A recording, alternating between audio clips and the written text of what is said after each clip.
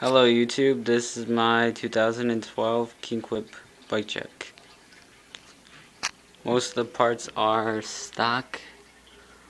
When I bought the bike, I bought some aftermarket parts like the KMC cool chain right here, Shadow Scream sprocket.